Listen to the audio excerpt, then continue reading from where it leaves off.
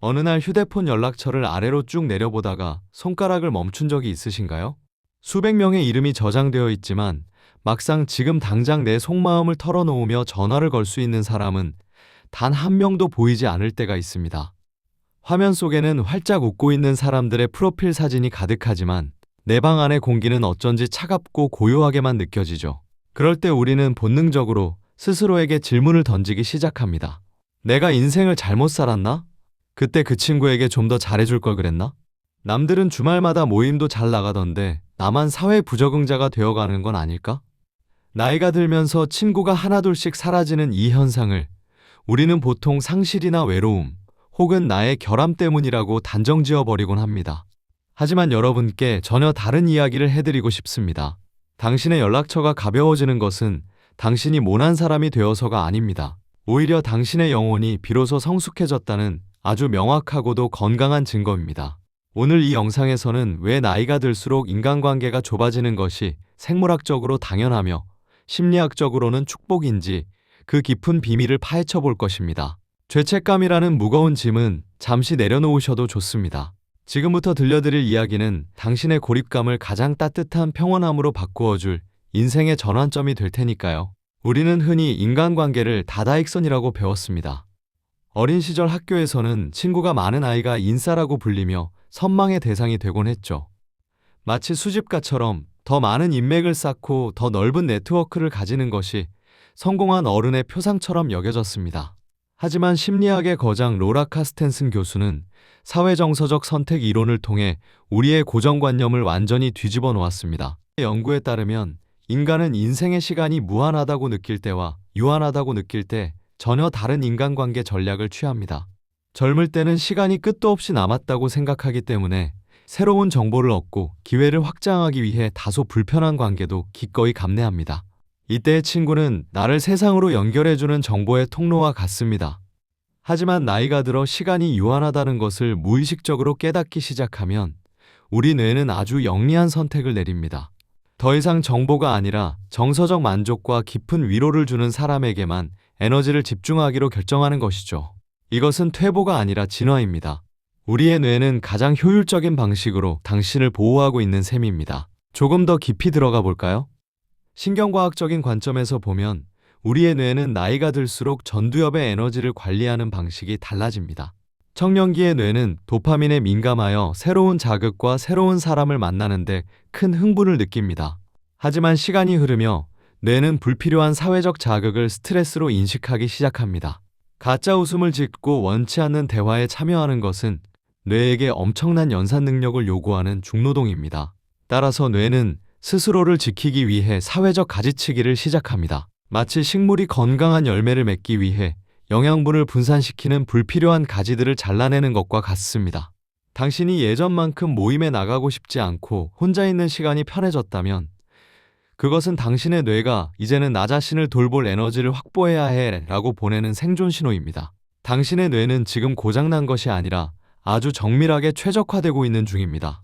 이제 내가 친구가 없어서 큰일이다 라는 생각 대신 내 뇌가 나를 위해 휴식 모드로 전환했구나 라고 말해주어야 합니다. 자, 우리의 인간관계를 하나의 정원이라고 상상해 봅시다.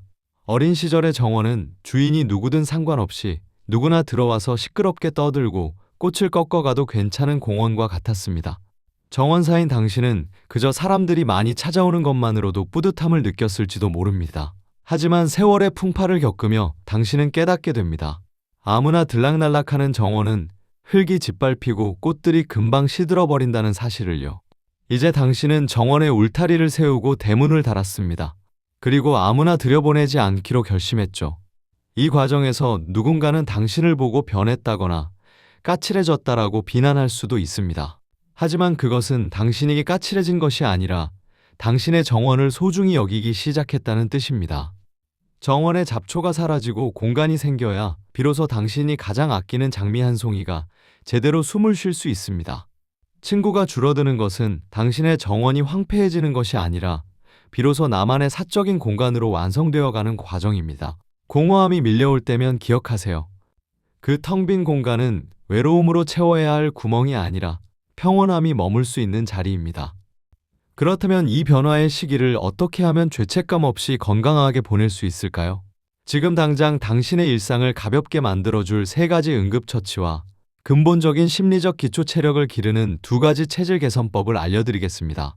첫 번째 응급처치는 디지털 디톡스와 알림의 통제입니다. 우리는 원치 않아도 스마트폰을 통해 타인의 삶을 강제로 목격하며 삽니다. 누군가의 화려한 모임 사진을 보며 내 텅 빈 일상을 비교하는 것은 당신의 정원에 쓰레기를 던지는 행위와 같습니다. 단톡방에 알림을 끄는 것부터 시작하세요. 누군가에게 즉각 답장해야 한다는 압박감은 당신의 뇌를 만성 스트레스 상태로 만듭니다. 알림을 끄는 행위는 타인의 속도가 아닌 나의 속도로 살겠다는 선언입니다.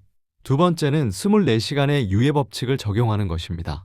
불편한 부탁이나 가기 싫은 모임 제안을 받았을 때 바로 네 혹은 아니오를 결정하지 마세요. 스케줄을 확인해보고 내일 오전에 말씀드릴게요 라고 말하며 24시간의 물리적 거리를 두세요.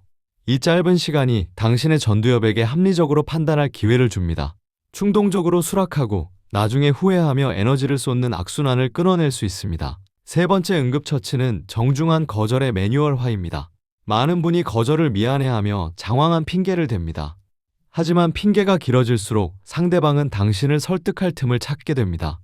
마음은 감사하지만 지금은 제 개인적인 에너지를 충전하는 시간이 필요해서 참여하기 어렵습니다 라고 솔직하고 정중하게 말해보세요. 나의 상태를 솔직하게 밝히는 거절은 상대방에 대한 결례가 아니라 나 자신에 대한 예의입니다.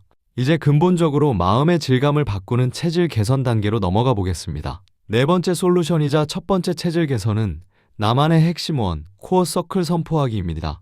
종이 한 장을 꺼내 큰 원을 하나 그려보세요. 그 원의 가장 중심에 나를 적고 그 바로 옆에 내가 세상에서 가장 편안하게 느끼는 단 3명의 이름만 적어 넣으세요. 가족일 수도 있고 오래된 친구일 수도 있고 혹은 반려동물일 수도 있습니다. 나머지 인맥은 원의 저 멀리 바깥쪽으로 밀어내세요. 인간관계의 목적은 확장이 아니라 보호입니다. 내가 가진 한정된 에너지를 저 3명에게만 쏟아붓겠다고 다짐하는 순간 수백 명의 지인과 나눴던 얕은 대화보다 수천 배 깊은 충만함이 찾아올 것입니다. 마지막 5번째는 고독을 축제로 바꾸는 힘을 기르는 것입니다. 혼자 있는 시간과 외로운 시간은 전혀 다릅니다. 혼자 있을 때 비로소 우리는 타인의 시선이라는 가면을 벗고 진짜 나를 만날 수 있습니다. 좋아하는 차를 정성스럽게 내리고 평소 읽고 싶었던 책을 읽으며 나 자신과 데이트를 하세요. 혼자서도 참 괜찮다라는 느낌을 자주 경험할수록 타인의 인정이나 연락에 목매지 않는 강력한 심리적 자존감이 형성됩니다. 고독의 근육이 튼튼해지면 당신은 더 이상 누군가에게 선택받기를 기다리는 사람이 아니라 스스로를 선택하는 주체가 됩니다. 오늘 우리는 나이 들수록 친구가 정리되는 현상을 심리학과 뇌과학 그리고 정원의 비유를 통해 깊이 있게 살펴보았습니다. 다시 한번 핵심을 짚어볼까요? 먼저 응급처치로 디지털 알림을 끄고 답장에 유예를 두며 정중한 거절을 연습해보세요. 그리고 체질 개선을 통해 내 인생의 핵심 인물 3명에게만 집중하고 혼자 있는 시간을 진정한 축제로 만드셔야 합니다. 이 5가지 단계를 실천하며 여러분은 깨닫게 될 것입니다. 내 곁에 사람이 줄어든 것이 아니라 내 삶의 밀도가 높아졌다는 사실을요. 여러분 꼭 기억해 주셨으면 좋겠습니다. 당신의 정원은 지금 결코 망가지고 있는 것이 아닙니다. 가장 귀한 꽃을 피우기 위해 가장 적절한 환경을 만들어가는 중입니다. 인간관계가 좁아지는 것을 두려워하지 마세요. 그것은 당신이 비로소 자기 자신을 사랑하기에 충분할 만큼 성숙했다는 훈장과도 같습니다. 당신은 이제 울리는 전화벨에 가슴 졸이는 사람이 아닙니다. 평온한 고요 속에서 나 자신의 목소리에 귀 기울일 줄 아는 지혜로운 정원사입니다. 오늘 당신의 마음 정원에는 어떤 꽃이 심어져 있나요? 그동안 인간관계를 유지하기 위해 자신을 갉아먹었던 아픈 기억이 있나요? 혹은 용기 있게 관계를 정리하고 나서 얻은 평온함이 있으신가요? 여러분의 소중한 경험을 댓글로 나누어 주세요. 당신의 한마디가 지금도 홀로 자책하며 밤을 지새우는 누군가에게는 가장 따뜻한 손길이 될 것입니다.